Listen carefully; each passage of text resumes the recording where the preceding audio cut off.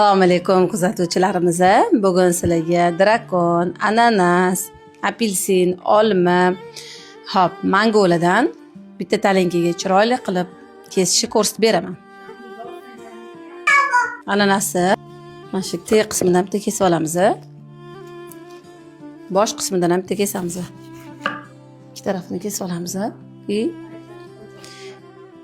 Yana bitta kesib olamiz. O'rtasidan ham bo'lib olamiz. Endi pichoqni bu qismiga tiqamiz. Chuqurroq aylantirib kesib olamiz. Mana shu qismni ichiga solamiz. Buni to'rga bo'lamiz. Qattiq joylarini olib tashlaymiz. Ananas tanlashda faqat adashmanglar. Ananasni yaxshisini tanlashingiz kerak. Yaxshi ananas bo'lish kerak. 3ga bo'lasizlar. Har bittasini 3ga bo'lasizlar. Har bittasi 3ga bo'linadi. Bu eng birinchi ustki qavatini mana shu tagiga solamiz. Bir tekis qilib mana. Endi ikkinchi qavatini terishni boshlaymiz. Shuna qilib bir tekisni kesamiz. Keyin undan keyingi qismini kesib qo'yamiz. Ustma-ustida shuna qilib bir tekis qilib kesib olamiz. Oxirgi bu qismini ham shuna qo'yib yuboramiz.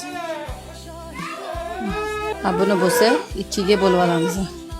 2ga bo'lamiz.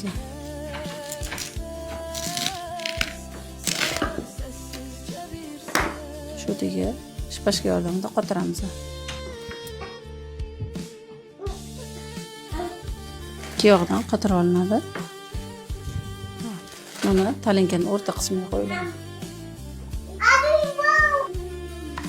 O'rtasidan bo'lamiz. Mana joylarni olib tashlaymiz. 7 kusokka bo'lamiz. 7 kusokka bo'linadi.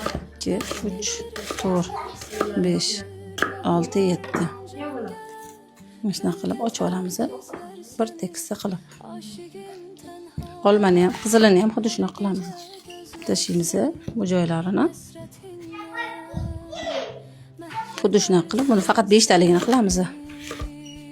Bittamiz. Shuna qilamiz. Noki tegidan kesib olamiz. Tegidan kesib olib, parra qilinadi. Lenta qilib kesib olamiz. Shuna qilib qo'yiladi.